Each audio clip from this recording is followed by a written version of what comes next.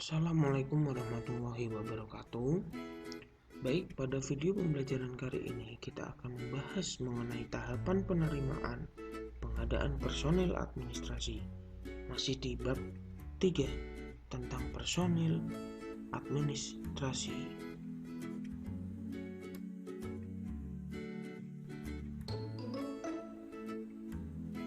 Berikut ini merupakan beberapa proses dan tahapan dalam penerimaan personil administrasi.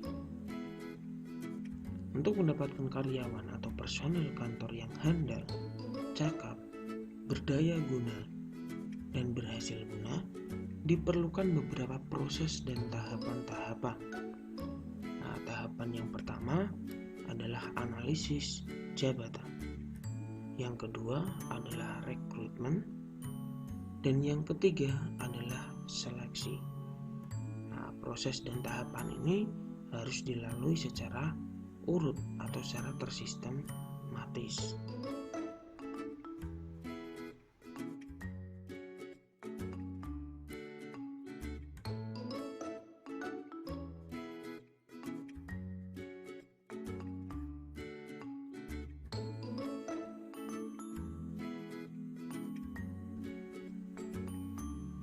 Tahapan yang pertama adalah analisis jabatan. Definisi. Menurut Kamus Besar Bahasa Indonesia atau KBBI, analisis adalah penyelidikan terhadap suatu peristiwa untuk mengetahui keadaan yang sebenarnya. Dengan demikian, dapat dikatakan bahwa analisis jabatan adalah suatu kegiatan untuk memberikan analisa atau menganalisis pekerjaan-pekerjaan apa saja yang harus dilakukan, bagaimana mengerjakannya, dan mengapa harus dilaksanakan.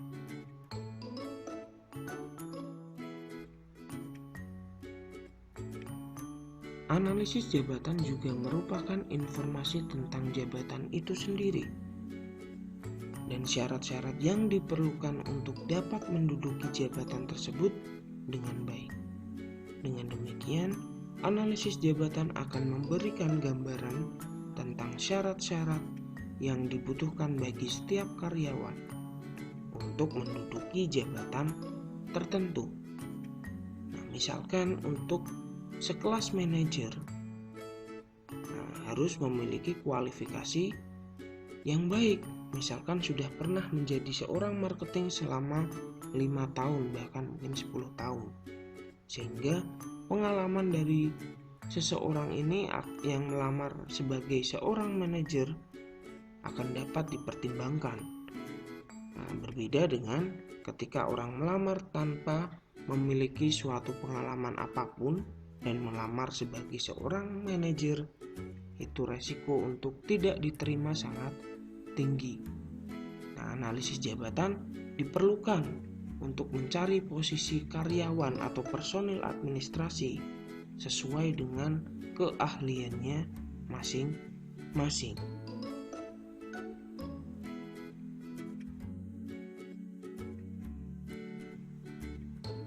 Berikutnya adalah manfaat dari analisis jabatan. Secara definisi kita sudah memahami apa itu analisis jabatan. Secara manfaat, analisis jabatan ini digunakan untuk memberikan informasi mengenai hal-hal yang berhubungan dengan suatu pekerjaan, tentang spesifikasi pekerjaan maupun digunakan sebagai evaluasi dalam suatu pekerjaan. Selain itu, analisa jabatan atau analisis jabatan ini dapat berguna juga untuk perekrutan dan seleksi karyawan baru. Bisa juga analisa jabatan ini digunakan untuk kompensasi gaji karyawan, di mana karyawan yang bekerja sudah sangat baik harus mendapatkan kompensasi yang baik juga dari perusahaan.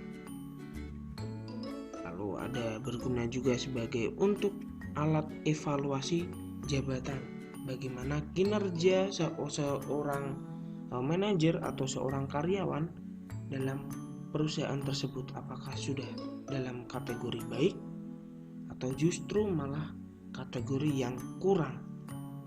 Nah, itu dapat menjadi evaluasi dalam suatu jabatan.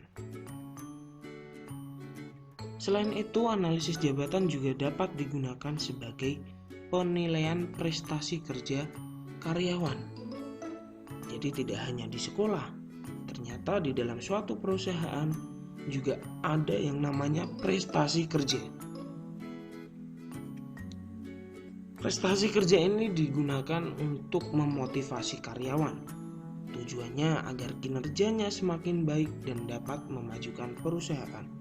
Untuk itulah analisa jabatan atau analisa jabatan ini digunakan untuk sebagai penilai prestasi kerja karyawan. Manfaat berikutnya ada analisis jabatan ini ada pelatihan atau training. Dalam training ini seorang karyawan diberikan pelatihan khusus agar kinerja nanti saat sudah memulai di lapangan sudah dapat berjalan secara lancar sehingga tidak menimbulkan banyak pertanyaan sehingga menghambat suatu proses dari tujuan perusahaan. Manfaat yang lain adalah promosi dan pemindahan karyawan. Nah, suatu promosi ini digunakan ketika karyawan sudah mendapatkan kinerja yang sangat baik sehingga dia dapat dipromosikan dari marketing menjadi manajer marketing atau kepala bagian marketing. Itulah manfaat analisis jabatan. Banyak sekali manfaat yang ada ketika kita mau melakukan analisa terhadap suatu jabatan. Nah, beberapa manfaat yang sudah saya berikan termasuk manfaat yang sering ada digunakan oleh suatu perusahaan.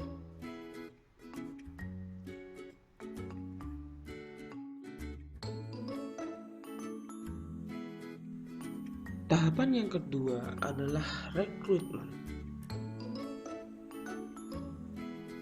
Secara definisi, rekrutmen menurut Kamus Besar Bahasa Indonesia atau KBBI, rekrutmen adalah pengarahan masalah tenaga kerja. Berdasarkan pengertian tersebut, dapat dikatakan bahwa rekrutmen adalah suatu proses usaha untuk mencari dan mempengaruhi tenaga kerja agar mau melamar untuk lowongan kerja yang ada dalam suatu perusahaan atau instansi, baik itu swasta maupun pemerintah.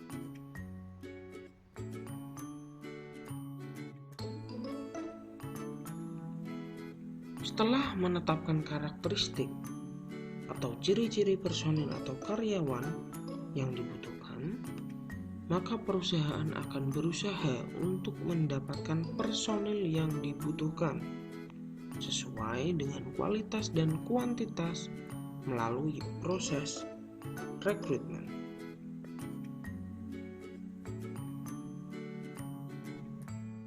Beberapa hal yang perlu kalian ketahui di dalam suatu rekrutmen antara lain yang pertama, penentuan dasar rekrutmen. Yang kedua, penentuan sumber-sumber rekrutmen.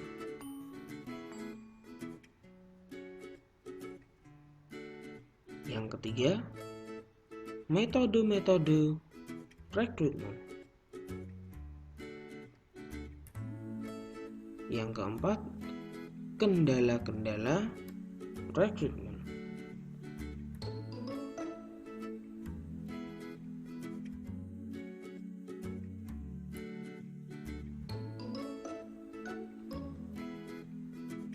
Dalam penentuan dasar rekrutmen harus memiliki pedoman pada spesifikasi pekerjaan yang telah ditentukan untuk mengisi jabatan tersebut. Spesifikasi pekerjaan yang diuraikan haruslah jelas sehingga pelamar dapat mengetahui kualifikasi apa saja yang dibutuhkan untuk mengisi lowongan kerja perusahaan. Misalnya, seperti tingkat pendidikan pelamar harus dikategorikan jelas antara sarjana atau lulusan SMK sederajat. Misal seperti batas usia harus ditentukan berapa usia maksimal yang diterima oleh perusahaan dan berapa batas minimal yang diterima oleh perusahaan. Harus jelas spesifikasinya. Lalu jenis kelamin, karena jenis kelamin hanya ada 2. Kalau tidak lelaki, pasti perempuan. Jadi harus benar-benar dituliskan mau mencari job untuk laki-laki atau perempuan. Lalu latar belakang pendidikan yang seperti apa yang dibutuhkan, itu bisa digambarkan dari pelamar tersebut. Lalu ada keterampilan, di mana keterampilan apa saja yang harus dimiliki seorang pelamar dalam job atau jabatan yang sudah dituliskan. Nah, dari beberapa spesifikasi atau kualifikasi yang sudah dicontohkan haruslah benar-benar sudah dituliskan sehingga dasar rekrutmen ini dapat dilakukan agar seseorang pelamar dapat memahami kira-kira apa nanti yang akan dilakukan dalam pekerjaannya.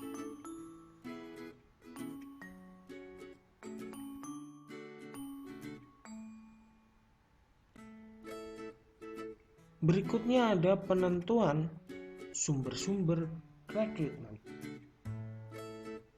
Dalam penentuan sumbernya dikategorikan menjadi 2, antara sumber internal ataupun sumber eksternal. Kita bahas satu persatu dari sumber internal. Sumber internal yaitu tenaga kerja atau karyawan yang akan mengisi suatu lowongan kerja diambil dari dalam perusahaan.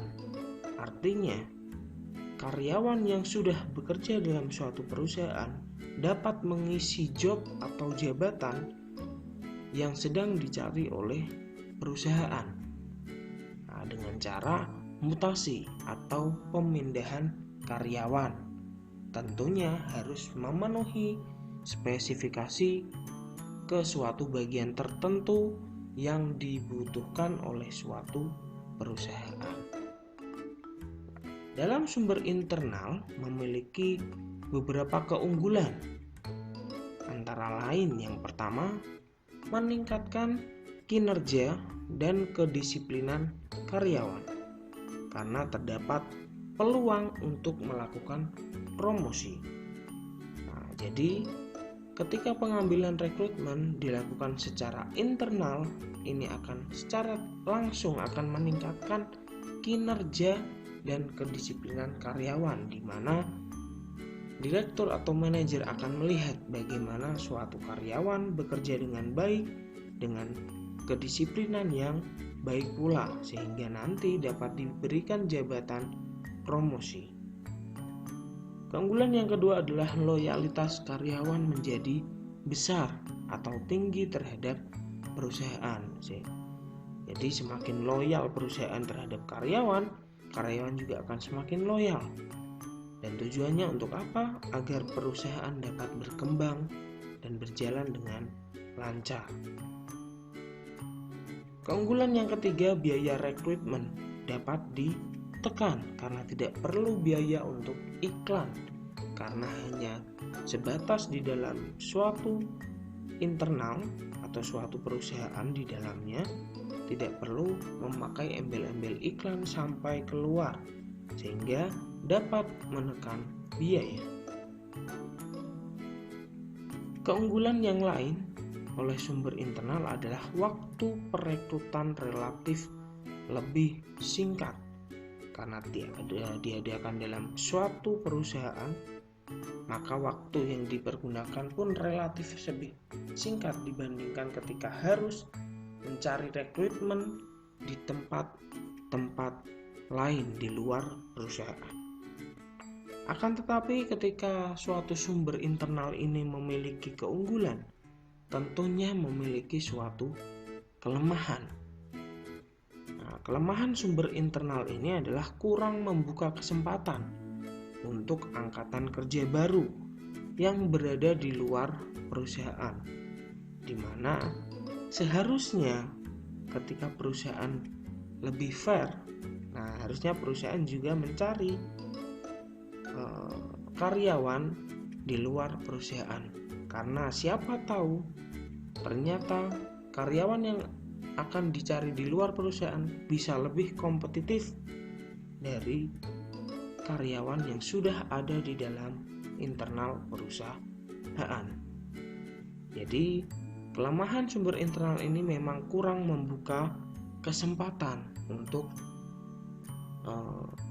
angkatan kerja yang berada di luar perusahaan. Yang kedua, kurang ada wibawa bagi karyawan yang dimutasikan. Karena memang sudah lama bekerja, sudah banyak yang kenal, ketika dipromosikan tidak ada wibawanya. Bukan berarti hilang wibawanya, bukan, karena memang sudah kenal, jadi otomatis orang dengan orang yang kenal akan lebih akrab, sehingga untuk rank atau jaraknya itu tidak terlihat. Nah, seharusnya ketika di dalam suatu perusahaan, karyawan dengan atasan harus memiliki sikap yang berbeda masing-masing. Nah, itu menjaga wibawa antara sekelas manajer dengan karyawannya.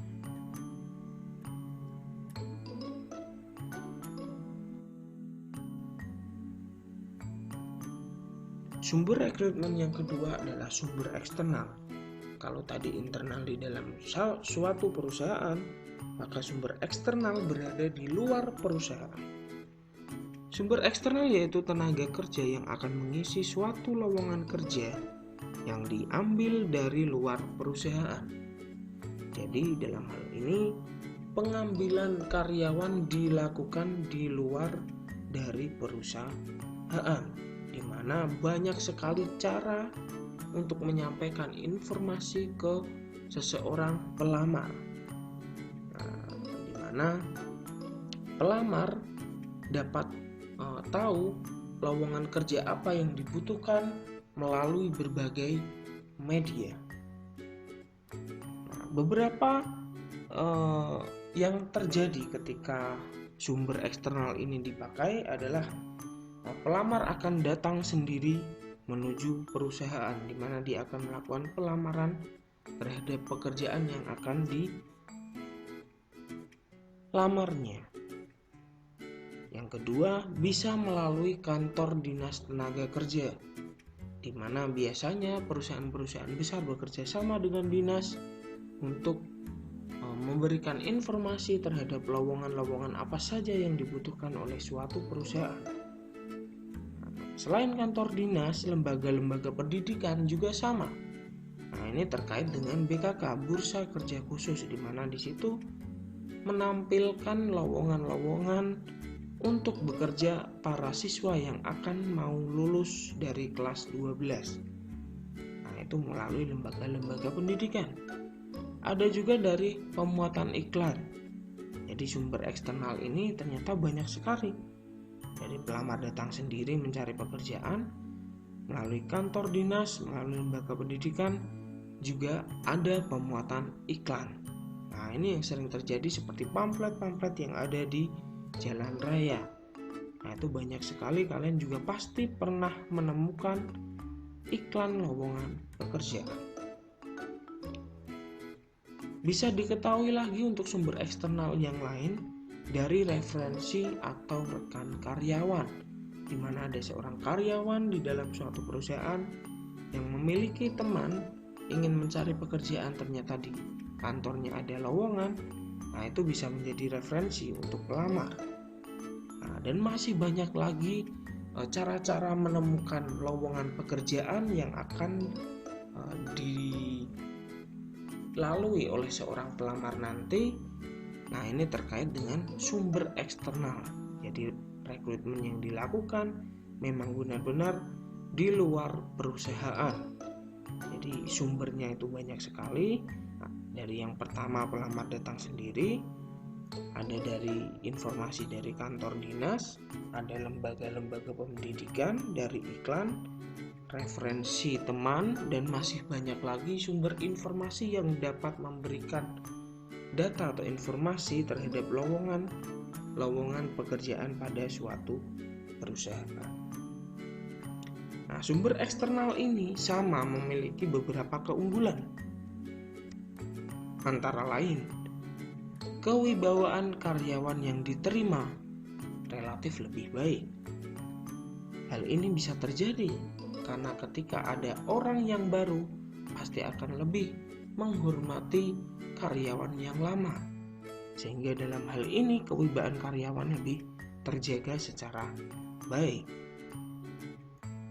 Keunggulan yang kedua, memungkinkan akan membawa sistem kerja baru, di mana seorang pelamar atau karyawan yang baru diangkat dari sumber eksternal ini biasanya memiliki ide yang lebih kreatif dibandingkan karyawan-karyawan yang sudah lama. Nah, dalam hal ini dapat membantu perusahaan dalam mengupdate diri terhadap zamannya. Nah, itu merupakan keunggulan-keunggulan rekrutmen dari sumber eksternal. Selain keunggulan, sumber eksternal ini juga memiliki kelemahan. Nah, kelemahan dari sumber eksternal ini yang pertama adalah kurang adanya kesempatan untuk promosi bagi karyawan lama. Nah, berbanding terbalik dengan kelemahan dari sumber internal. Untuk itu, perusahaan wajib menggunakan dua sumber ini ketika ingin mencari karyawan dengan komposisi yang baik. Nah, kelemahan yang kedua, biaya rekrutmen lebih besar karena diadakan di luar dari perusahaan, di mana harus melampirkan iklan dan sebagainya. Dan itu adalah biaya yang sangat mahal untuk mengeluarkan lowongan kepada mengeluarkan informasi lowongan kepada pelamar. Berikutnya adalah metode rekrutmen. Jadi dalam metode rekrutmen yang dilakukan akan sangat berpengaruh besar terhadap animo pelamar yang melamar pekerjaan. Umumnya, metode perekrutan calon karyawan baru melalui dua metode, yaitu metode tertutup dan metode terbuka. Metode tertutup yaitu pelaksanaan rekrutmen di kalangan terbatas hanya untuk karyawan atau orang-orang tertentu saja, sehingga lamaran yang masuk tidak banyak. Dengan demikian akan sulit memperoleh karyawan yang baik. Nah, dalam hal ini metode tertutup ini hanya terbatas pada karyawan-karyawan yang sudah ditentukan nanti yang akan melakukan kegiatan rekrutmen. Metode yang kedua adalah metode terbuka, yaitu pelaksanaan rekrutmen yang diumumkan melalui iklan di media massa. Hal ini dilakukan untuk mendapatkan banyak lamaran, sehingga kesempatan memperoleh karyawan yang baik dan handal menjadi lebih besar. Nah, dalam metode yang kedua ini lebih terbuka, di mana memang benar-benar mencari karyawan-karyawan secara massal. Nah, dalam hal itu prosesnya nanti akan sangat lama tentunya.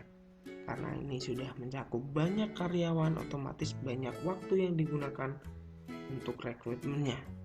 Berbeda dengan metode yang tertutup, hanya beberapa karyawan yang nanti akan diuji dalam rekrutmennya dan akan dipilih. Nah, sehingga pilihannya ya hanya itu saja.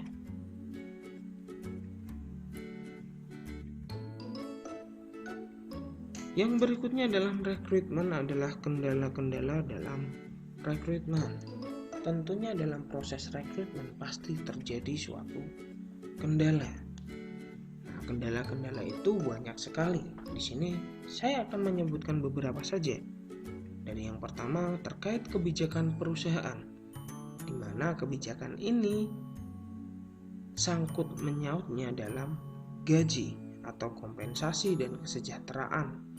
Nah, hal inilah yang biasanya tidak pas dengan yang diharapkan pelamar, sehingga ketika tidak pasan itu akan terjadi, otomatis minat dari pelamar akan menurun. Nah, ketika minat pelamar akan naik ketika sudah sesuai dengan gaji atau kesejahteraan yang ditawarkan oleh perusahaan.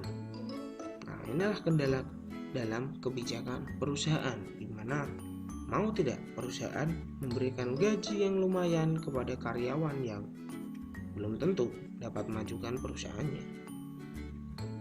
Oke, kendala yang kedua terkait persyaratan jabatan. Dalam suatu jabatan biasanya ada spesifikasi tertentu. Apabila spesifikasinya terlalu banyak, ini juga akan menurunkan dari minat pelamar. Ketika banyak sekali syarat-syarat yang harus ditentukan dan harus dibawa, otomatis minat dari pelamar akan semakin menurun. Jadi dalam persyaratan jabatan dibuat seminimal mungkin dan seoptimal mungkin agar pelamar yang akan melamar minatnya akan semakin banyak. Kendala yang lainnya adalah metode yang dilakukan perusahaan dalam melakukan rekrutmen, baik itu sistem secara terbuka ataupun tertutup. Nah, dalam hal ini tentunya akan mempengaruhi minat dari pelamar. Ketika sistemnya terbuka seperti tadi, banyak sekali yang melamar. Nah, apabila sistem yang dipakai tertutup, otomatis hanya beberapa saja pilihan yang akan menjadi karyawan. Kendala yang lain adalah soliditas perusahaan. Di sini kesulitan atau besar kecilnya perusahaan akan mempengaruhi besar kecilnya minat pelamar. Semakin besar itu perusahaan, semakin banyak yang melamar.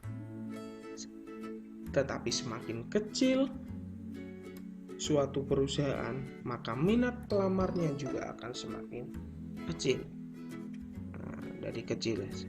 Dari besaran kecilnya itu akan mempengaruhi minat dari pelamar. Yang berikutnya kendala terhadap kondisi pasar tenaga kerja. Nah, tinggi rendahnya tingkat penawaran tenaga kerja akan mempengaruhi besar kecilnya minat pelamar.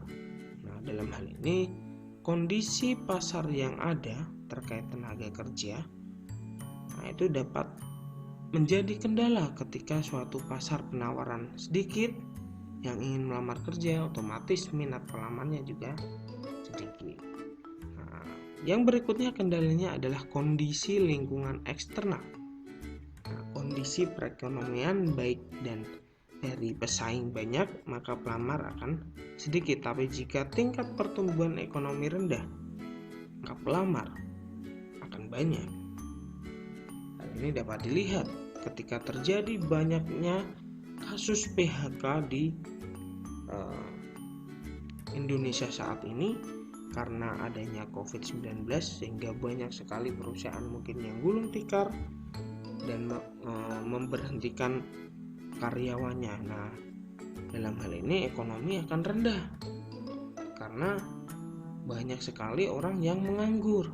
Nah, dalam hal ini pelamar akan semakin banyak ketika ada suatu lowongan pekerjaan yang diizinkan oleh negara. Nah, ini dapat meningkatkan minat dari pelamar, entah itu dapat meningkatkan atau malah memperburuk minat dari pelamar.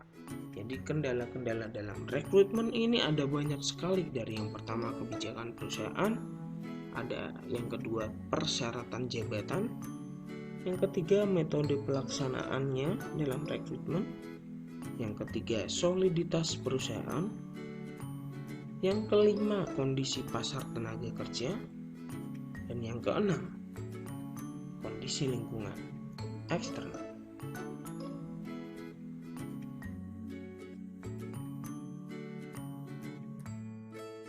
Tahapan penerimaan yang ketiga adalah seleksi.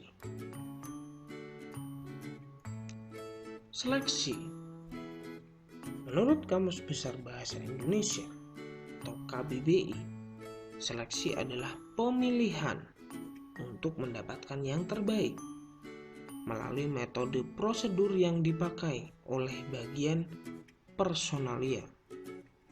Ketika memilih orang untuk mengisi lowongan pekerjaan,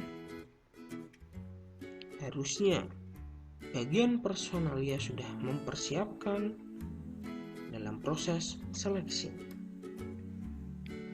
Pengertian lainnya, seleksi adalah suatu proses ketika calon karyawan dibagi menjadi dua bagian, yaitu yang pertama diterima dan yang kedua ditolak. Jadi ada dua bagian, disisihkan sebagai tipe karyawan yang diterima dan tipe karyawan yang ditolak.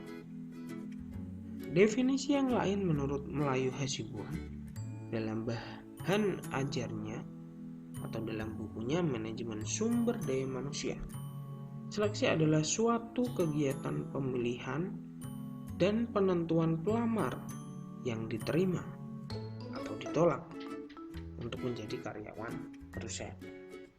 Dengan demikian, seleksi adalah tahapan kegiatan suatu perusahaan dalam rangka mendapatkan karyawan yang berkualitas, sehingga pembinaan, pengembangan, dan pengaturan karyawan menjadi lebih baik.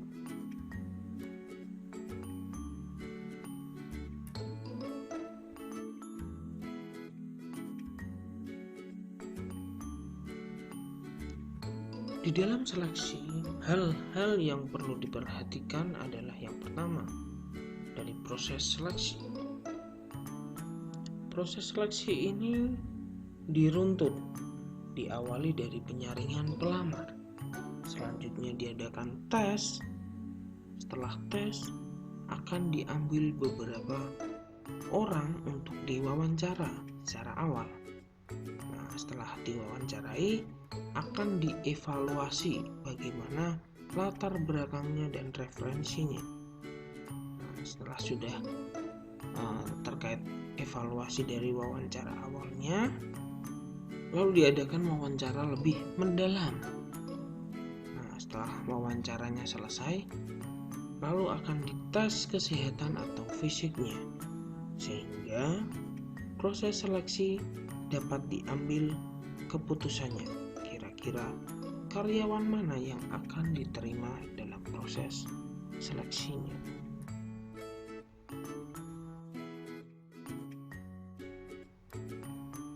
Yang kedua yang perlu diperhatikan dalam seleksi adalah langkah-langkah seleksi.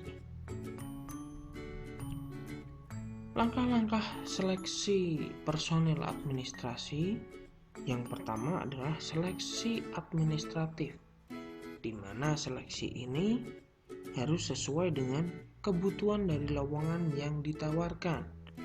Biasanya dilihat dari kebenaran informasi surat lamaran, biodata atau daftar riwayat hidup, fotokopi ijazah, fotokopi surat keterangan dari instansi kepolisian, fotokopi KTP, pas foto, dan lampiran-lampiran lainnya. Nah, jadi seleksi administrasi adalah dokumen-dokumen yang mengatasnamakan pelamar. Jadi banyak sekali, terutama untuk mencari surat keterangan dari kepolisian atau SKCK. Nah, itu perlu dibuat di kantor polisi. Nah, seleksi yang langkah-langkahnya adalah yang pertama adalah seleksi administratif. Yang kedua ada penarikan tenaga kerja. Perusahaan harus mencari tenaga kerja dengan kualifikasi sesuai dengan keinginan dari perusahaan. Perusahaan harus selalu memonitor bursa tenaga kerja. Hal ini mengetahui penawaran dan permintaan tenaga kerja yang dibutuhkan. Seringkali terjadi perusahaan tidak memperoleh tenaga kerja yang diinginkan, padahal jumlah tenaga kerja yang dibutuhkan cukup besar saat ada di bursa tenaga kerja, di mana di situ banyak sekali orang-orang yang mencari pekerjaan. Nah, dari situlah perusahaan harusnya melakukan penarikan tenaga kerja. Yang berikutnya ketiga ada klasifikasi jabatan.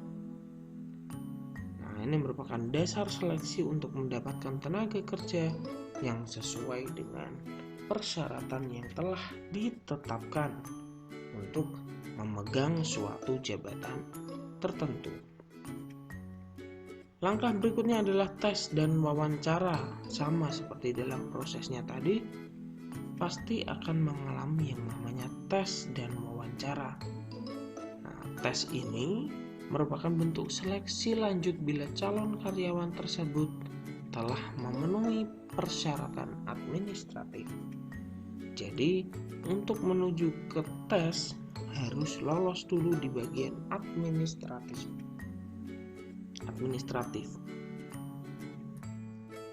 Nah, sehingga tujuan diadakan tes ini dapat dilihat mana tingkat kepandaian, kecakapan, dan kepribadian pelamar.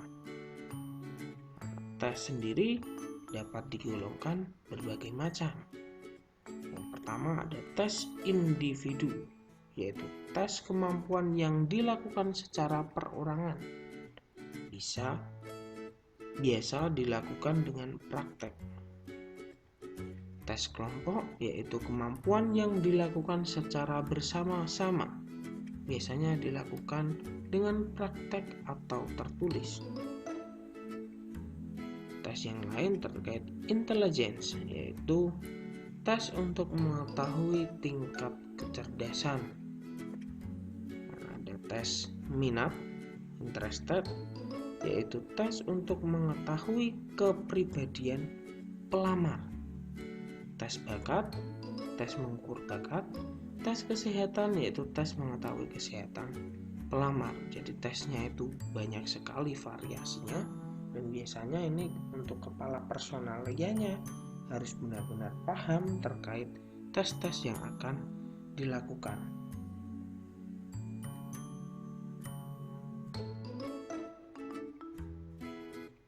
Setelah tes ada yang dinamakan wawancara. Tujuan wawancara pada umumnya memastikan bahwa pelamar benar-benar berminat bekerja atau tidak. Memastikan kebenaran data tertulis pelamar dan formulir. Jadi dalam wawancara ini sebagai obrolan-obrolan di dalamnya ini harus benar-benar apakah pelamar bisa bekerja sesuai dengan waktu yang ditentukan oleh perusahaan dan sebagainya. Bagaimana terkait data dari formulirnya, apakah sudah sesuai, sama, atau berbeda. Nah, dalam wawancara ini banyak sekali pertanyaan-pertanyaan yang akan diajukan kepada pelamar. Nah, pertanyaan sendiri bisa ratusan bahkan mungkin ribuan, karena tergantung dari orang yang akan mewawancarai. Jadi banyak sekali soal-soal atau pertanyaan-pertanyaan yang mungkin kita tidak bisa menebaknya. Nah, dalam hal ini kita harus benar-benar siap dalam melakukan tes wawancara dengan menjawab sejujur-jujurnya agar proses nanti untuk mendapatkan suatu lowongan pekerjaan tersebut dapat sesuai dengan keinginan dari perusahaan.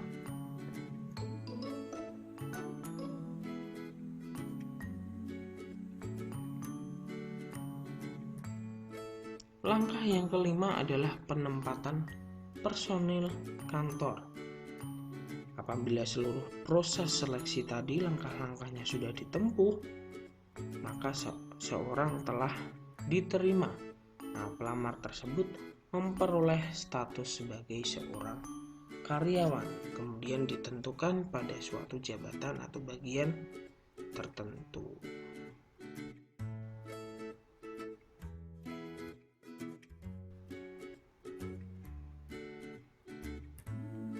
Dalam seleksi juga memerlukan adanya tujuan. Yang di sini tujuan seleksi adalah untuk memperoleh karyawan yang profesional, yang jujur, yang inovatif, cakap, kreatif, berdedikasi tinggi, memenuhi syarat undang-undang, dapat bekerja sama, bekerja mandiri, mudah berkembang, mempunyai budaya dan perilaku yang baik. Jadi tujuan seleksi ini digunakan untuk melihat karakteristik dari seseorang pelamar. Nah, dalam hal ini peran dari seorang penguji atau kepala personalia atau bagian HRD-nya biasanya itu benar-benar harus memahami karakteristik dari seorang pelamar yang akan melamar suatu jabatan tertentu. Jadi itulah tujuan diadakannya seleksi. Jadi perusahaan memang benar-benar mencari seorang pelamar atau seorang karyawan yang sesuai dengan harapan dari perusahaan. Di dalam seleksi juga perlu kita mengetahui cara-cara dalam seleksi. Nah, sebenarnya ada dua cara di dalam melaksanakan seleksi karyawan baru. Dapat bersifat non-ilmiah dan ilmiah. Dalam hal ini, non-ilmiah adalah seleksi dilakukan tidak berdasarkan kepada standar-standar kriteria atau spesifikasi kebutuhan akan pekerjaan atau suatu jabatan, tapi hanya didasarkan pada perkiraan atau berdasarkan pengalamannya saja. Jadi dalam cara non-ilmiah ini ada beberapa unsur, salah satunya di sini ada surat lamaran bermaterai atau tidak, ijazah terakhir sekolah formal, dan ijazah dari kursus-kursus. Nah, jadi berupa surat-surat keterangan yang sudah dikumpulkan dari seorang pelamar. Akan tetapi dari non-ilmiah ini biasanya pada umumnya seleksi secara non-ilmiah ini seringkali menimbulkan kesulitan atau kendala di kemudian hari karena hasilnya kurang dapat dipercaya karena tadi sesuai dengan perkiraan, di mana kita tidak tahu seseorang ini memang benar-benar orang yang sesuai dengan kriteria suatu jabatan atau tidak. Nah, karena hanya berdasarkan surat-surat saja. Nah, cara seleksi yang kedua adalah secara ilmiah. Nah, secara ilmiah ini didasarkan kepada spesifikasinya.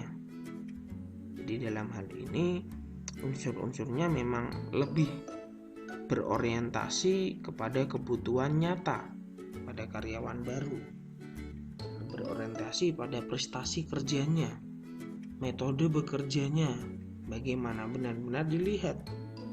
Nah, yang ilmiah ini biasanya kalau misalkan orangnya memang benar-benar bagus, akan sangat terlihat dibandingkan karyawan yang cara seleksinya memakai non ilmiah.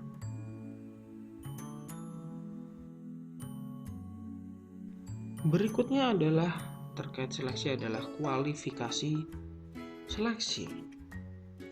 Nah, kualifikasi seleksi ini pada dasarnya biasanya melihat dari segi umur, kondisi fisik, mental, kemampuan kerjanya dan tanggung jawab pelamar ini sendiri. Nah, jadi kualifikasi biasanya yang pertama adalah umur, masih produktif atau tidak. Yang kedua berdasarkan keahlian. Nah, berdasarkan keahlian berarti melihat keahlian dari si pelamar apakah sudah sesuai dengan job pekerjaannya. Yang ketiga melihat dari segi pendidikan, di mana pendidikan biasanya lebih dominan mencari, kalau perusahaan banyak mencari yang sarjana atau S1. Berbeda lagi ketika perusahaan-perusahaan teknik biasanya juga mencari lulusan dari SMK. Nah, jadi kualifikasinya dalam pendidikan wajib adanya perlu dicantumkan. Yang keempat yang namanya melamar pekerjaan harus sehat fisik. Nah, dalam pekerjaan perusahaan juga tidak mau membayar seseorang tapi fisiknya saja tidak sehat.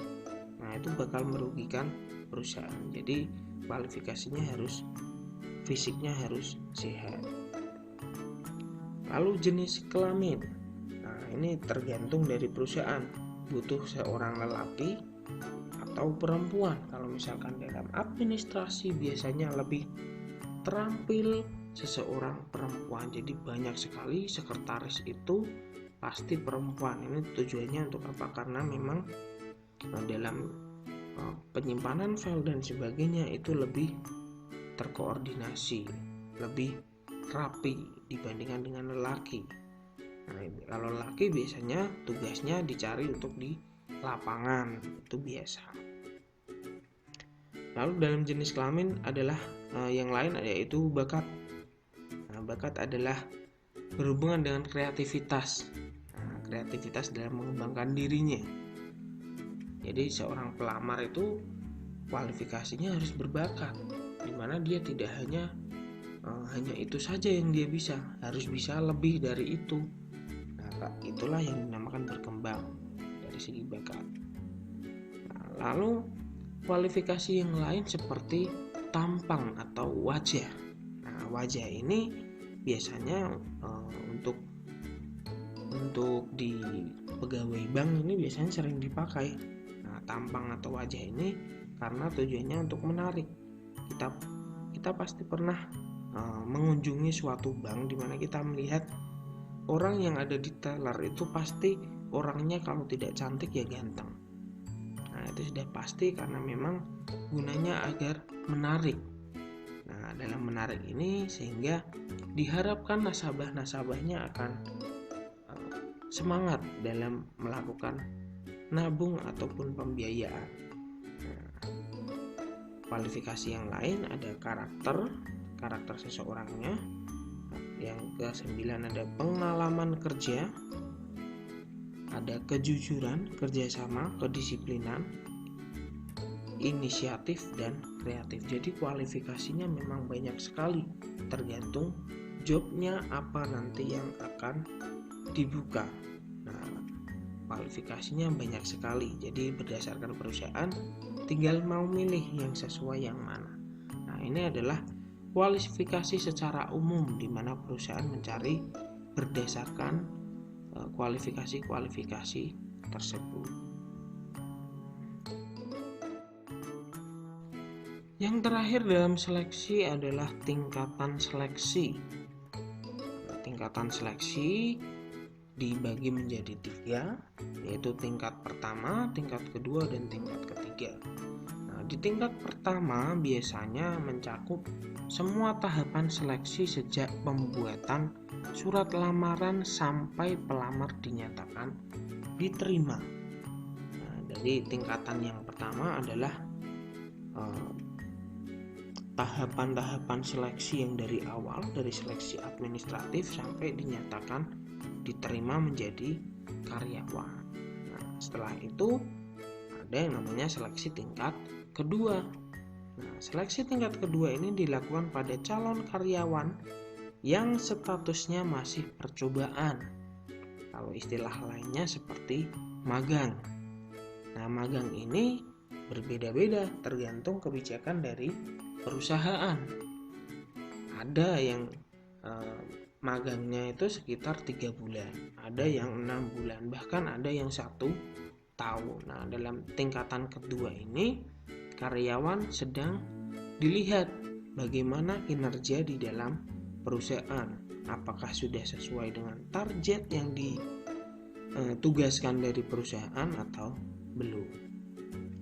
Nah, seleksi tingkat yang ketiga setelah tadi tingkat pertama dan tingkat kedua sudah, yaitu seleksi yang ketiga ini adalah seleksi dengan mengikuti tahapan prajabatan.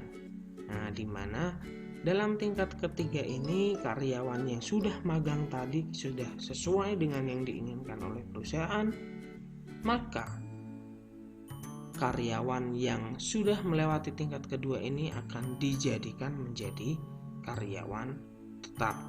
Nah, itu merupakan tingkatan-tingkatan seleksi yang ada di dalam suatu perusahaan. Cukup untuk video pembelajaran kali ini. Kita lanjutkan pada video-video berikutnya. Semoga bermanfaat. Wassalamualaikum warahmatullahi wabarakatuh.